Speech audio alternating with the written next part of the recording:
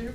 And we continue our journey east with Lincoln's legacy in Malaysia with Sunjay Letchuman from Texas A&M University. Hello, so my name is Sunjay Letchuman. I'm a freshman at Texas A&M. But I took I grew up here for like 12 years, so I took Dr. Peterson's American Government class after I graduated from Caddo Magnet High, so that I didn't have to do it at A&M. And then I learned quickly that he loved Abraham Lincoln, and here I am. So I'll be talking about Abraham Lincoln's educational legacy, specifically in Malaysia. It was interesting, earlier Mr. Klein was talking about like Lincoln and Trump and how completely different they are. And just this past week, I was talking to Dinesh D'Souza. If any of y'all know Dinesh, he's a very conservative political commenter and writer and filmmaker. And he was talking, and he was talking about how they're the exact same person, Trump and Lincoln, and his latest movie, Death of the Nation, actually puts their faces together. So it's very interesting hearing his take on it, which brings on a lot of controversy. But anyway, going into my talk about Malaysia. So Malaysia is one of the southeastern nations. It's next to Indonesia, and recently in politics, it's been a little turbulent with one of the prime ministers that's just come back as the 7th prime minister of Malaysia, but he's 92 years old. So Mahathir Mohamad is 92 years old. He's the oldest prime minister in the world. So he's just come back after this guy named Najib Razak got into some trouble with money laundering. So he started this company called 1MDB, that was supposed to develop Malaysia better. So $700 million was put to developing Malaysia, but then the only development it did was it just developed his bank account. That's where they found it afterwards, in his personal bank account. So then he was put into jail, and then Mahathir Mohamad, who actually used to be the prime minister before him, has come back. So it's kind of a win for democracy, but that's what I'm going to go into a little bit with its history. So Malaysia has 3 main ethnic groups. They have the Malays, the Chinese, and the Indians. And so right now it's like 59% Malays, 34% Chinese, and 7% Indians. So they became independent in 1957. And at the time, majority of the country's Malay, but at the time, the economic distribution was not as like the 59%, of the wealth is held by Malays. It was actually 1% of all the wealth, so Malays consist of 57% of the population, but they only held 1% of the wealth. So 99% of all the wealth in 1957 was held by the Chinese and the Indians. So Malaysia was looking at this, and they said, well, this isn't right. We're supposed to be supporting Malays, kind of like how right now, Trump is like America first. So this is the exact same thing then. They said, well, Malaysia needs to come first. So the poverty rates at the time, 71% of Malays were in poverty, compared to only 27% for Chinese and 36% for Indians. So they wrote a new constitution in 1957 that put Malaysians first. And it's the only country, at least to my knowledge, the only country in the entire world where discrimination is allowed based on the Constitution. So in the Constitution, this newly written Constitution, they put this thing forth that's called positive discrimination, where they're going to positively discriminate against non-Malays, which in the country that's the Chinese and the Indians. So Chinese and Indians were not allowed to receive high-paying jobs, not allowed to receive government positions or seats in higher education. And in the Constitution, the words say that Malaysians hold a special position in society. So I mean, that's just baffling. They hold a special position above everyone else.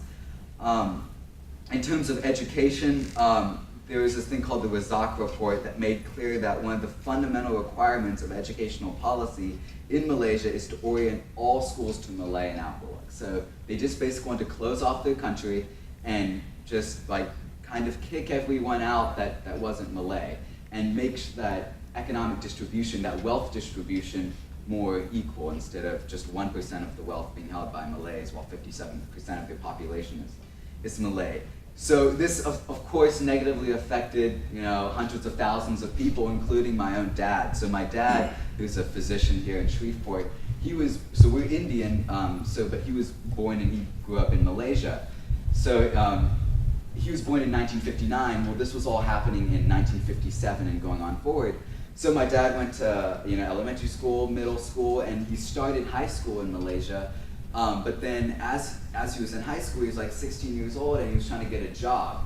And as he was trying to get a job, he couldn't get a job anywhere. He kept trying and trying, he could not get a job anywhere. So he finally asked one of the people he was trying to get a job from, he said, like, why won't you hire me? Why won't you hire me? And the guy just told him finally, he said, like, why are you trying to get a job? You're Indian. He said, you're not Malay, you're not one of us, you're not even Muslim. He said, so Malaysia is a Muslim country, he's not even Muslim. He said, why are you even trying to get a job? He said, you're never gonna get a job. So my dad was like so, put down by this that he said, I can't even finish high school here. So he immediately went to Australia, which was the closest place with good education, finished high school there and college there, and then he came to the United States. But that kind of shows how something like these politics, or like what I'm talking about here, actually affected, like I wouldn't even be here right now if all of that hadn't happened and he hadn't gone to Australia and then come to the US. So they have this thing called positive discrimination, and that's so against what the United States goes for. So the United States basically just wants to change this. So like, what's the unifying factor, at least in education, between Malaysia and the United States? And that's what my paper kind of goes into, and how Lincoln is actually kind of like a tie between the United States and Malaysia. In Malaysia, there's a Lincoln University, so we just heard about like the University of Lincoln, but in Malaysia, there's a Lincoln University in the capital of Kuala Lumpur. And it's very interesting because the Vice Chancellor of Lincoln University actually attributes the success of Lincoln University. So Lincoln University, it has a bunch of postgraduate programs, so you can get a PhD there, Master of Science there, undergraduate programs. They do a lot of research, and it's expanded greatly since it started like 20-something years ago. And the Vice Chancellor of the university, his name is Amir Bamek, he actually attributes its success to Abraham Lincoln. So the university was named after Lincoln. So I just thought that was quite compelling. And so the Vice Chancellor has a portrait of Abraham Lincoln right behind him in his office.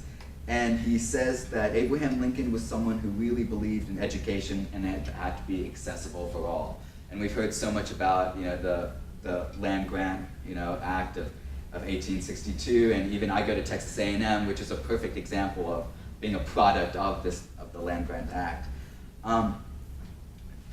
So Amir Bamek talks about Lincoln so much in interviews, and about how Lincoln was, Lincoln didn't really have much formal education, so he taught himself everything. And he was a voracious reader. He had a devotion to learning. So Bamek says that good education must be accessible, comprehensive, holistic, and Lincoln's self-education was holistic. He learned to read, write great speeches, think critically, and speak eloquently. And that's exactly what we want to do here. So just in Lincoln University, we kind of see Abraham Lincoln's legacy there, and how even when he talks to his students, he talks about Abraham Lincoln. And we also see, coincidentally, we see Lincoln's influence on Malaysia, but we also see Malaysia's influence on Lincoln, but actually in Lincoln, Nebraska.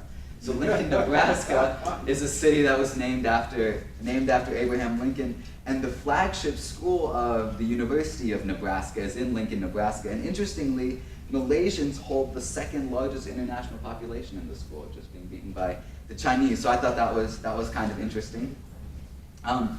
So you have Lincoln University, but that doesn't have much to do with the U.S. Like, the U.S. isn't actively doing anything with Lincoln University or funding them in any way. But what the United States is doing, as I said, the United States doesn't like that Malaysia has all this positive discrimination, and it really hurts a lot of its citizens. And you don't actually see a lot of Malaysians in the United States because of that. because Malaysia puts Malays so high up there that they don't have to, there's no incentive to leave. They already have that special position in society. I mean, just recently, I think over the summer, was the first time ever that the Attorney General is not Malay. And it's huge that a non-Malay now has a government position. So the United States doesn't like that, really. So what they want to do is just bring the democratic principles of America to Malaysia. And how they've done that is they've started these things called Lincoln Corners. Sometimes you hear them as American Spaces. But these Lincoln Corners are special collections of information about the United States that are provided to state libraries in various provinces of Malaysia to better inform the public in those provinces about American business, educational opportunities, US history, even travel, and just bring Malaysia and the United States together. And these Lincoln Corners are in 9 public libraries in Malaysia, and it's still growing. So the main goals of the Lincoln Corners, of course, are to teach about American history, but it's also just to teach English. So they have like Fulbright fellows that come and speak to them, and they even have like politicians from the United States come and speak to them, like people in Malaysia in these public libraries, so they can learn more about American culture, American democracy, even things like the American path to the presidency. I mean, there's no way that any Malay can become the president of the US, but they're still trying to teach them about that to compare the political system in Malaysia to the United States. One of the reasons why they want to teach English there is because Malaysia wanted to become so Malay that they wanted to stop teaching English. They figured that everything needs to be in Malay. And then one smart guy came along and said, well, the science world depends on English. Everything in science and math is in English, so they need to teach English. So the Malaysians were like, okay, maybe we'll just make the science and math courses, in English. And then they started learning science and math in English, which is when my dad was in school and he learned in English, so like science and math in English. But then another guy quickly came in and said, no, we need to go back to Malay. So they're right back to square one. So these Lincoln Corners try to promote English, and they have all the iPads and Kindles and stuff for them to read, and there's tons of stuff about Abraham Lincoln, of course. There's so many books about Abraham Lincoln there, and the corners were even named after Abraham Lincoln, of course. So that's all about them. Even musicians go to these Lincoln Corners to teach the Malay about like jazz and stuff like that, so it's kind of interesting. And after the 2005 opening of one of the Lincoln Corners in Kuala Lumpur, Karen Hughes, which was like the undersecretary of the former undersecretary of public diplomacy and public affairs, she went to Malaysia to speak at the opening of this Lincoln Corner. And along with her was Mr. Ibrahim, who's the director of administration in the Kuala Lumpur City Council. So just to talk about Lincoln and Malaysia and how they're related.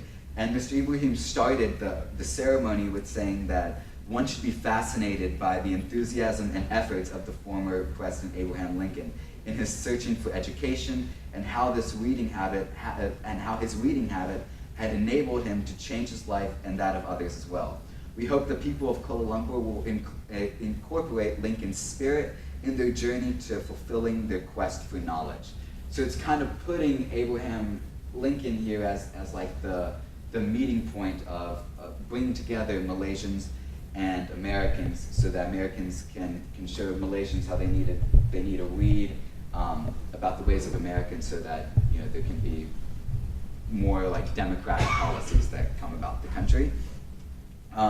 And of course, Karen Hughes also spoke, and she even quoted one of Abe's speech in front of when Lincoln was speaking in front of the Wisconsin State Agricultural Society in 1859, where Lincoln said, "A capacity and taste for reading gives access to whatever has already been discovered by others. It is the key, or one of the keys, to the already solved problems. And not only so, it gives a relish and facility for successfully pursuing the unsolved ones." So they're promoting, through these Lincoln Corners, they're promoting education in Malaysia. And recently, some people have started calling these Lincoln Corners American Spaces, But one of the workers of these Lincoln Corners said, but here in Malaysia we call them Lincoln Corners because we know that Malaysian people know Abraham Lincoln and his name has a sort of prominence. I think that Malaysian people look up to him. So basically, in summary, the US is leveraging Lincoln's influence to change Malaysia's ways. But I think that's quite powerful, especially for a country that can seem so backwards to our way of thinking.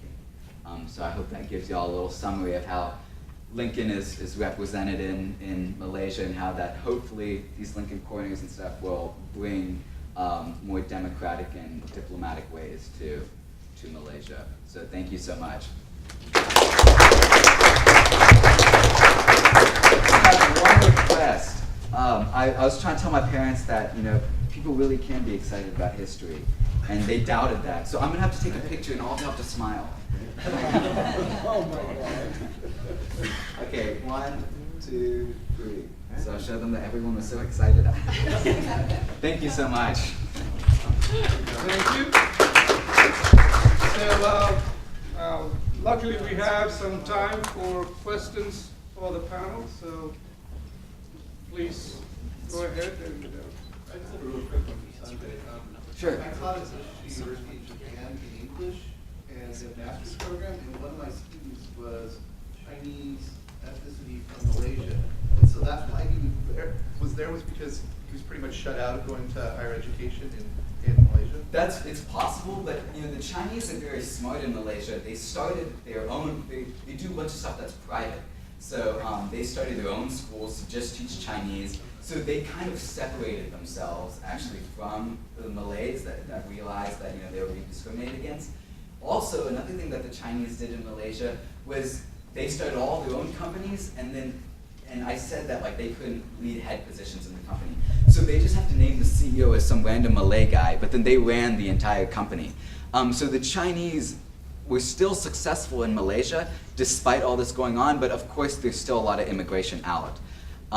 Specifically though, Indians left because the Indians weren't as self-sufficient as the Chinese, so they did depend on integrating with Malays, and then when the Malays discriminated against them, they couldn't become as independent as the Chinese did. But I'm sure a lot of Chinese also did leave because of that. Yes? Rory, I noticed when you were talking about the flag, that the portion of the Union Jack is, I guess, the cross of St. Andrew. Yeah. In your research, did you find that was connected to the Confederate battle flag, and did it influence the Confederate battle flag in any way because of the Scots-Irish influence? I have to be very careful there. I think there is some connection between it. Some traditions of the Scots-Irish passed into the Confederacy folklore. Yeah, I think there is a connection there between it. I haven't actually done particular research on that, but I think there is a direct connection. But across the states, you'll see red X is the St. Patrick's cross, and you see it used in different state flags and that. I'm not sure if they're all related to it. But generally, the flags of Northern Europe were either crosses or X's. So if you look at the flags of the Scandinavian countries, you'll see the crosses, Christian crosses, Right. and then Scotland and Ireland were X's. I know there are a tremendous amount of soldiers that I guess fought for the Confederate Army. Yeah, there was- Scots-Irish. Yeah, there was bigger. When I spoke about the 20,000 Irish who fought for the Confederate side, there were 20,000 in an Irish regiment. There was, I don't know the percentage of Scotch-Irish who made up the Confederate side, but it was sizable percentage. I read once where that some of the officers and non-commissioned Irish soldiers in the Union after the Civil War repatriated to Ireland and took the military skill that they learned in the Union Army and helped form the Fenians. Yeah. Is that pretty accurate? Yeah, that's very accurate. General Michael Corcoran, got himself in trouble in New York prior to the Civil War because he refused to march the militia, New York militia, in front of the Prince of Wales, and he was actually being charged for treason before the war took out. It is a fact that the Irish were arming as part of a group called the Fenian Brotherhood, with their sole aim was to arm and learn the skills of war to take it back to Ireland. And after the Civil War, there was an attack by Canada by Fenians. Yeah, so that's great. I had a question for Dr. Leawood. How is the siege poem received in Iran? What are the effects of that? I would like to call on the expert that's standing behind the camera. I think that it had a very temporary reception. It was actually published with a grant from I'm not sure if it was the oil. Help me out, Shahab. I'm not here, Dr. He's not here. It was published by a grant from a government branch, I think it's Oil and Petroleum or something like that. And but it was only ever published once. It was a very, very nice edition. It was illustrated, but it has not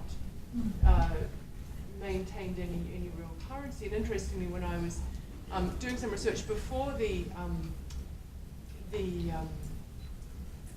Nobel Prize, there's I don't know how long it is, 50 years or something, where you can't actually access the nominations and then it's declassified. So it was just late last year, that the 1967 nominations were declassified.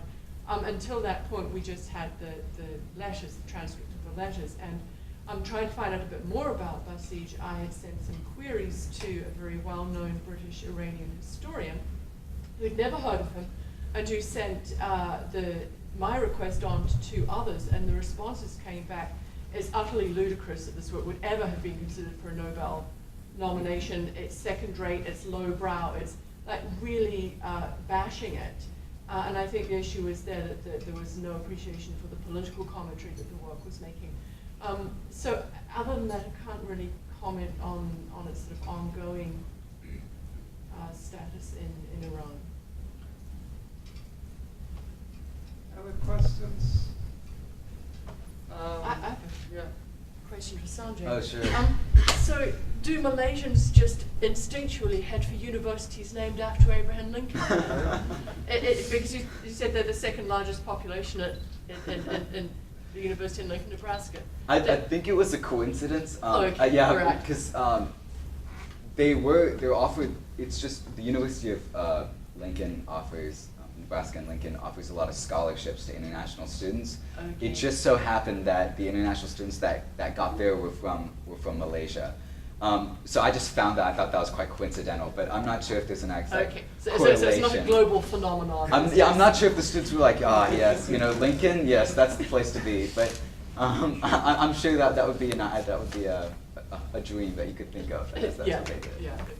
Yeah, I mean, you might be surprised to know that abroad, Abraham Lincoln is much revered, and people name their children after Abraham Lincoln. So there are instances where I just name them Abraham Lincoln. So, and there are some famous people in India who are named Abraham Lincoln. Other questions for the panel? Oh, may I ask another Yes, one? yeah, sure. These 2 presenters here. What about you mentioned that there was a university established and a library named in Lincoln's honor during Selassie's reign. Mm-hmm. Is Lincoln still a prominent cultural figure there, who's still idealized in that same way, or is that dwindled a little bit? The library itself, it's a reading room at a teacher's college in the town of Hurrah, where they train the nation's teachers. So yeah, they named that on his behalf. I think mostly with Lincoln's influence on Ethiopia is more of how he inspired Haile Selassie, and in his politics, and kind of like since Selassie and Lincoln had similar principles where they liked, they wanted to unify people. Selassie kind of looked at what Lincoln has done for America and kind of helped apply that to his own politics. And I think that's probably how it impacted Ethiopia the most is through Haile Selassie. Thank you. Thank you all very much. I now invite Dr. Peterson to come and close the conference. Nice to meet you in India. This is not India. You need to have a gavel and bang there. It's over. So it was a great conference. Initially I said something about, for the presenters, these first-timers and people who are repeat players are kind of like criminals. Now the first-timers are now into the club of repeaters who come to the next conference in 3 years. So thanks for everybody who presented papers, the chairs, and for the audience that came. Very good conference. Thank you. Thank you very much. Let's give Dr. Peterson a big hand for holding on to this.